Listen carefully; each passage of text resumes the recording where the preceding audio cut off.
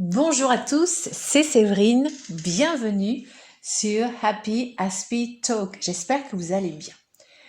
Bienvenue sur le podcast de la liberté, de l'équilibre des personnes différentes et où on parle de tout sans tabou. Et aujourd'hui, on va parler d'un sujet dont on ne parle quasiment pas, qui est un sujet très tabou, c'est la discrimination et le racisme au sein de l'école de la République française. C'est quelque chose qui m'a touchée dans ma jeunesse et qui malheureusement touche ma fille actuellement. Mais avant de plonger dans le sujet, j'aimerais juste dire quelque chose pour que qu'il n'y ait pas de malentendu. Je suis une ancienne professeure moi-même, donc ce n'est pas un podcast à charge contre les professeurs qui font un métier difficile parce qu'il y a de plus en plus d'agressivité de la part des élèves, de moins en moins d'élèves qui sont capables de travailler. Il y a beaucoup de non-respect des professeurs. Les professeurs sont extrêmement mal payés. Bac+5 qui démarre à moins de 2 000 € par mois. Donc j'ai énormément de respect pour les professeurs. Cela dit, il y a des choses qui ne vont pas. Il y a des comportements qui sont inadmissibles. Et c'est pour ça que j'ai décidé de faire ce podcast. Donc, en fait, la discrimination dans l'éducation nationale, en fait, elle a toujours existé. Je me souviens que la première fois que je me suis inscrite au concours du CAPES, donc moi j'ai une ancienne professeure de français et d'anglais, on avait comme ça un cours en fac de socio-psycho. Et la première chose que j'ai apprise dans ma formation, c'était justement attention à ne pas discriminer les élèves en fonction de leur origine sociale. Et on avait comme ça un professeur qui nous avait montré de manière très pertinente qu'il y avait des expériences qui avaient été faites et on s'était rendu compte que les élèves dont les parents appartenaient aux catégories socio-professionnelles qui étaient en bas de l'échelle sociale, donc vous imaginez tous les métiers manuels, eh bien, étaient sous-notés par rapport à leur vraie valeur de 1 ou 2 points, voilà, en moyenne, alors que ceux qui appartenaient à des milieux sociaux plus élevés, avec des parents cadres, etc., eh bien, eux étaient surnotés. Moi, évidemment, qui ai un grand sens de l'injustice, j'étais très choquée de voir ça. Et je me suis dit, bon, c'est bien qu'on nous le dise, voilà, il faudra faire attention et vraiment en prendre compte. Et puis, il se trouve que ma fille, en fait, qui a 15 ans et qui va passer en première, ma fille, en fait, est métisse. Son père est djiboutien. Et il faut savoir que ma fille, a reçu un avis défavorable du conseil de classe du 2e trimestre pour le passage, l'orientation en bac général.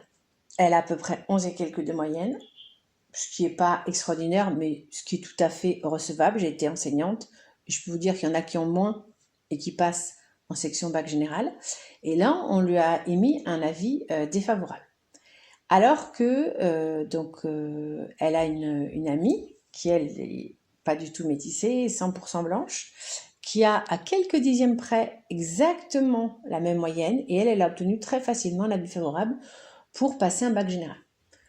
Voilà. Donc on en est rendu là, en fait. Ma fille, voilà, porte un prénom arabe en plus, donc voilà. Donc moi je dis clairement qu'il y a du racisme dans l'éducation nationale. Est-ce que c'est du racisme conscient, du racisme inconscient? Je ne sais pas. Je ne dis pas que les professeurs qui ont émis cet avis défavorable soient tous racistes, puisque parmi eux il y en a un certain nombre d'ailleurs qui sont d'origine étrangère. Mais je pense que inconsciemment on est plus sévère avec des personnes qui sont d'origine soit métissée ou d'origine étrangère. Enfin, étranger, c'est pas trop ce que ça veut dire, parce que maintenant, un Français, il peut être blanc, il peut être noir, il peut être asiatique, il peut être arabe, enfin, il n'y a plus de... Voilà. Mais ça reste quand même, malheureusement, ancré dans les esprits de certains enseignants. Et du coup, je vais essayer de régler le problème. J'ai rendez-vous cet après-midi, je vous en dirai plus, avec son professeur principal qui, soit dit en passant, est originaire je crois, du Togo. Donc vous voyez que c'est ça qui est compliqué, c'est que quelque part le racisme peut provenir de personnes qui elles-mêmes sont d'origine étrangère, parce que quelque part, en rentrant dans le système d'éducation nationale, elles perpétuent, si vous voulez, quelque chose qui est plus ou moins conscient. Et moi-même, qui suis donc 100% blanc, j'ai été victime de discrimination quand j'étais pour le passage en seconde, voilà, c'est ça.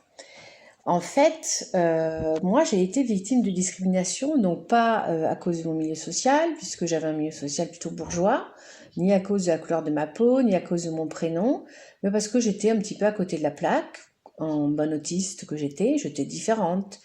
J'étais certainement très vulnérable et j'étais tout simplement victime d'un professeur sadique et en fait qui s'est arrangé en fait avec donc c'était le professeur de français, ils se sont arrangés avec le professeur d'histoire géo pour ne pas me mettre la moyenne. Et si je n'avais pas la moyenne en histoire géo et en français, donc ils m'ont mis tous les deux 9, ce qui ne veut strictement rien dire, alors que j'avais toujours été excellente en français, j'avais toujours eu des notes tout à fait correctes en histoire géo, eh bien je n'aurais pas mon passage en seconde. J'étais dans un collège extrêmement élitiste de Bordeaux, un collège catholique, et carrément ces deux personnes m'ont dit que je devais m'inscrire en lycée professionnel, ce qui a bien fait rire ma mère et qui, moi, m'a complètement effondrée parce que je sentais bien que c'était une injustice. Je savais que ces deux personnes s'en prenaient à moi, je ne sais pas pourquoi d'ailleurs. Voilà, donc c'est quelque chose que j'ai gardé en moi, j'en ai parlé à très peu de monde, mais c'est vrai qu'il faut faire attention parce que quand on est enseignant, on est dans une position d'autorité, une position de pouvoir, et je pense que il faudrait que les enseignants réfléchissent vraiment et se disent, est-ce que je note cet élève en fonction de ce qu'il vaut, ou est-ce que je note cet élève en fonction de ce que moi je pense de lui? Voilà. Et c'est quelque chose, voilà, que je voudrais que les enseignants, s'il y a des enseignants qui m'écoutent, ils réfléchissent vraiment à ça et se rendent compte que peut-être inconsciemment, ils surnotent peut-être certains et sous-notent d'autres. Et je vais vous donner un exemple concret. Donc moi, j'ai une famille bourgeoise et j'ai des cousins qui, comme énormément de garçons, ne fichaient pas grand-chose et ils étaient dans le même lycée, collège, lycée élitiste que moi. Ils auraient dû redoubler, mais il se trouvait que j'avais ma tante qui était médecin, qui allait finalement supplier à chaque fin d'année les professeurs de les laisser passer dans la classe suivante. Et ça fonctionnait très bien. Voilà, donc je trouve que c'est une situation qui est assez choquante, qui existe depuis longtemps. Donc autrefois, c'était plutôt lié sur les catégories sociales. Moi, je me souviens d'une camarade dont les parents étaient commerçants. Ah oui, ils étaient aussi portugais. Voilà. Donc là, c'est la même couleur de peau, hein, c'est des Européens, mais c'est le Portugal. Donc voilà, il y a beaucoup de, entre guillemets, de préjugés sur voilà, les personnes issues du Portugal. Et donc cette camarade avait des très bonnes notes et voulait accéder à la meilleure première, enfin en tout cas celle qui est considérée comme la meilleure première, la fameuse première S, la première scientifique. Et alors qu'elle avait 14 en maths, on lui a dit qu'elle n'avait pas le niveau. Et je peux vous dire que 14 en maths dans cette école-là élitiste, ça valait largement 16 n'importe où ailleurs. Et donc ils lui ont dit non. Donc du coup, elle était furieuse. Elle a vraiment senti que c'était uniquement parce que ses parents étaient commerçants et le fait qu'ils soient portugais avait dû certainement rajouter quelque chose. On était dans les années 90. Et du coup, elle a changé d'école. Donc voilà. Donc il faut quand même dénoncer ça. On ne juge pas un élève en fonction voilà, du milieu social de ses parents, en fonction de sa couleur de peau, en fonction de son pays, en fonction de sa religion, voilà, ou de l'impression générale qu'on a qu'il est différent. On juge un élève par rapport à ses capacités, tout simplement. Voilà, donc je vous propose une petite pause, parce que là on a dit des choses quand même assez lourdes. Donc la petite pause, j'en profite pour faire un petit peu ma publicité. Donc vous savez que ma chaîne est entièrement gratuite, que je ne vends rien, que je ne suis sponsorisée par personne. Alors s'il vous plaît, je vous demande dès maintenant de liker, parce que vous savez que si vous likez, plus vous êtes nombreux à liker, plus YouTube va proposer mon podcast. Et le but de ce podcast, c'est vraiment qu'il y ait une prise de conscience des professeurs, une prise de conscience aussi des parents, pour qu'ils ne se laissent pas faire dans des situations vraiment d'injustice flagrante. Voilà, et pensez aussi à vous abonner si jamais vous n'êtes pas abonné. Et je fais un podcast par semaine. Et pensez aussi à partager. Alors, je reviens à ma fille. Donc, ma fille, elle prend très très mal la situation parce qu'évidemment, comme elle est la première concernée, elle sait que c'est une situation de racisme, elle me l'a dit, et c'est très très dur quand vous êtes victime de racisme parce que vous sentez une colère en vous, une injustice, et en même temps, vous êtes une élève, donc vous ne pouvez pas trop réagir non plus parce qu'il y a l'institution qui est un petit peu contre vous. Et ce qui est intéressant, donc je vous disais que son professeur principal est originaire d'un pays d'Afrique, je crois que c'est le Togo, et elle a un autre enseignant aussi qui est originaire d'un pays du Maghreb, le Maroc si je ne m'abuse, et ce professeur-là lui a dit que, carrément il lui a dit ce que normalement les professeurs ne doivent pas dire, il lui a parlé du conseil de classe, il lui a dit en fait que tous les professeurs l'avaient débiné, et voilà, ils avaient dit des trucs très durs sur elle, et que lui, de toute façon, il sait très bien que chaque fois qu'il y a un élève qui est arabe, eh bien, il est discriminé, traité plus mal qu'un élève qui s'appellerait Stéphane ou Caroline. Voilà, et ce professeur, voilà, c'est un enseignant, il enseigne depuis 20 ans, il sait de quoi il parle, il a constaté dans les différents établissements où il a été. Voilà, donc il est clair que ma fille est victime de racisme. Donc ma fille, évidemment, le vit très mal. Moi, de mon côté, j'essaye toujours de temporiser en disant, voilà, je pense que quand on est face comme ça à une situation d'agression, parce que le racisme est une agressivité, il ne faut pas réagir à l'agressivité par l'agressivité, il faut réagir par ses droits. Donc moi, je sais que ma fille, avec 11 et quelques, elle a tout à fait le droit d'aller en filière de bac général et elle ira.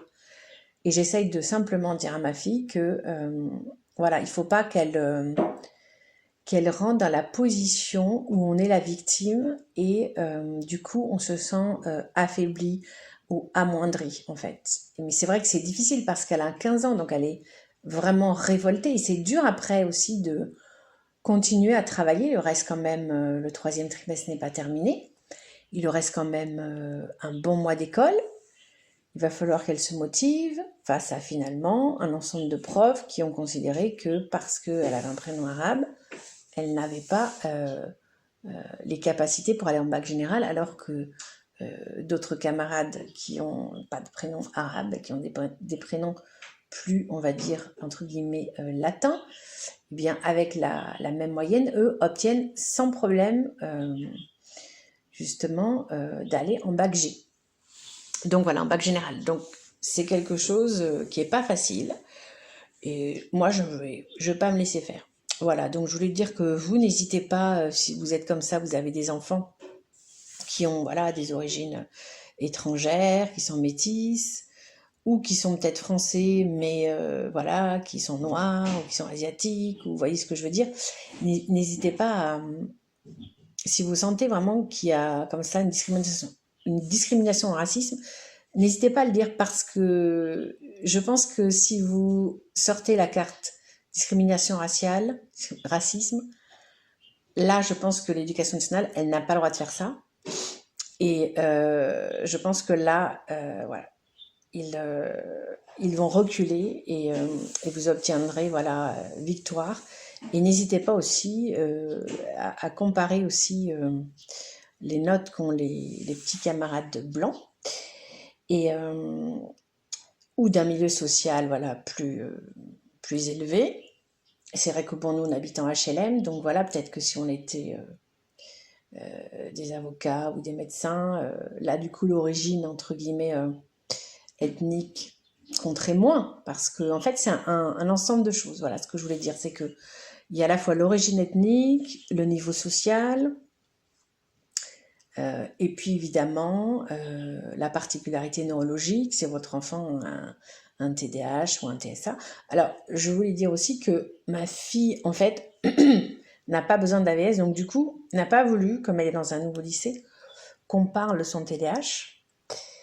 Mais je pense que ça n'aurait rien changé à la chose, puisque ce racisme-là existe. Voilà, elle l'a constaté elle-même.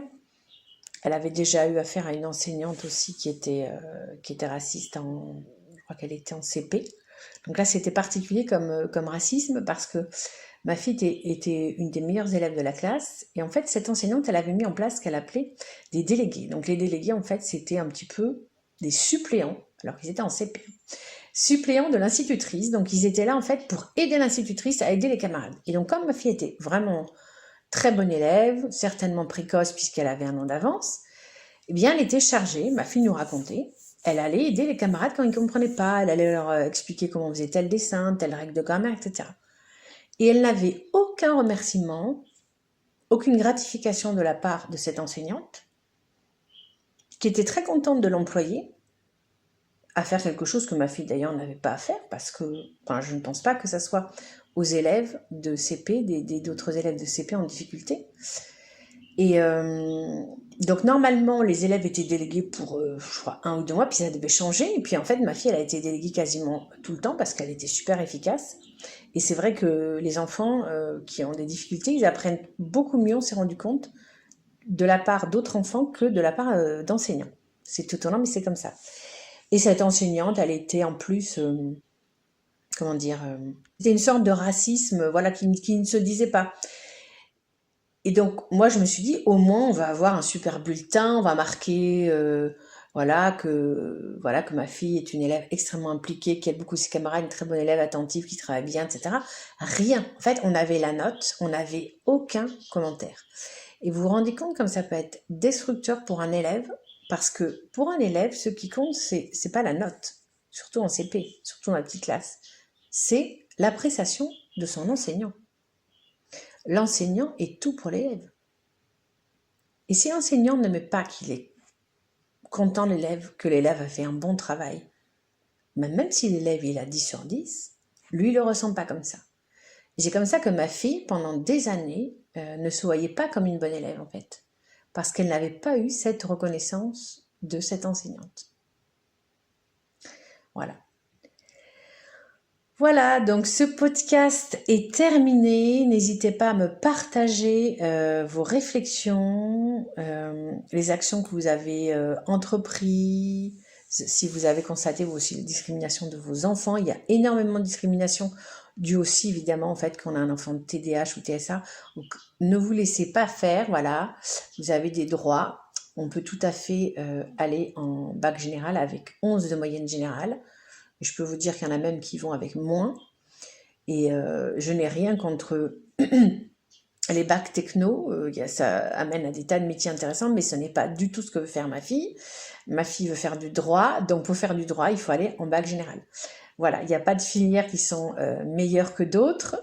On a même peut-être plus de travail dans les filières techno et professionnelles que dans les filières générales, sauf qu'en l'occurrence, ma fille, elle veut simplement avoir le droit d'aller dans la filière qui lui convient pour faire les études qu'elle veut et plus tard faire le métier qui lui plaît. Et ça, c'est un droit élémentaire de tout élève. Voilà. Donc, merci de liker et de partager. Et on se retrouve la semaine prochaine pour un nouveau podcast sans tabou et sans langue de bois. À bientôt.